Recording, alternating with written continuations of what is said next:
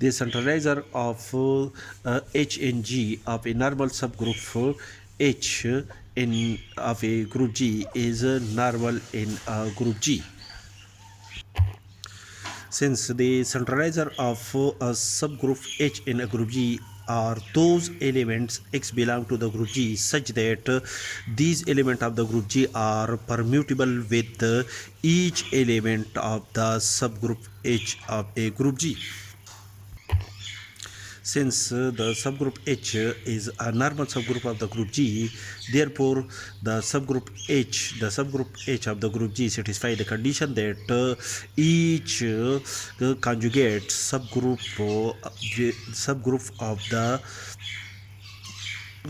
of the group G defined by the subgroup H is coincide with the subgroup H of the group G.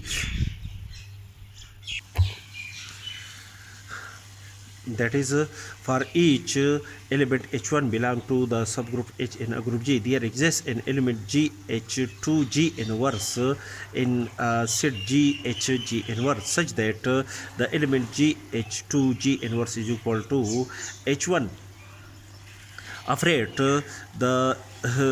element G from the right side of this equality where G and G inverse are the inverse element of each other in a group G. Operate the element G and G inverse with respect to the binary operation defined in a group G. The result is equal to E, where E is an identity element of the group G, and after the simplification the result is equal to G H2 is equal to H1G. Also operate the inverse element G inverse of the group G, inverse element G inverse of the of an element G in a group G. From the left side of this equality we have G inverse GH2 G inverse is equal to G inverse H1, and these are the inverse element of each other, and after the operation of G inverse with G under the binary operation defined in a group G, the result is equal to an identity element, and after the simplification the result is equal to H2 G inverse is equal to G inverse H1. Now for an element X belong to the centralizer of H in G, that is the element X belong to this set, and for any element G belong to the group G, the conjugate element of the element X is GXG inverse, and operate the element this conjugate element with the element H1 where H1 is an element of the subgroup, the normal subgroup H of a group G, which is also equal to H1G XG inverse, and X1G H1G is according to this condition is equal to GH2 XG inverse, which is also equal to H2 XG inverse, and the element X is an element of the centralizer of X and G, and H2 is an element of the subgroup H in a group G. Therefore, according to the above definition, the element of the element X of the set C of H in G is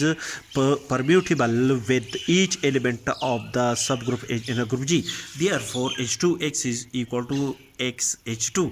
according to the definition of the centralizer of a set G, which is equal to XH2 G inverse, which is also equal to H1 GX G inverse is equal to this G to X H2 G inverse is equal to GX H2 G inverse, which is also equal to GX and H2 G inverse according to this condition is equal to G inverse H1, which is also equal to GX G inverse H1. That is, the element H1 of the subgroup H in group G is permutable with the element GX G inverse, where the element GX G inverse is is a conjugate element of the element x in element x, where the element x is an element of the centralizer of a subgroup H in a group G. For each H1 belong to the subgroup H in a group G.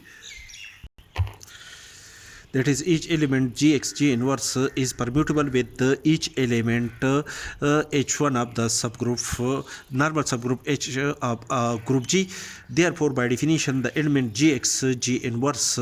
is a member of the centralizer of H in G. Hence, the centralizer of the subgroup H in group G contain all the conjugate elements Gxg inverse of each element X belong to the centralizer of H in G. That is, if an element X is an element of the centralizer of X in G, then the conjugate element of X is Gxg inverse is also an element of the centralizer of H in G. Therefore, in this case, we can say that the centralizer of the subgroup H in a group G contains all the conjugate element for each element x belong to the centralizer of H in G. Therefore, the centralizer of H in G is a normal subgroup of the group G.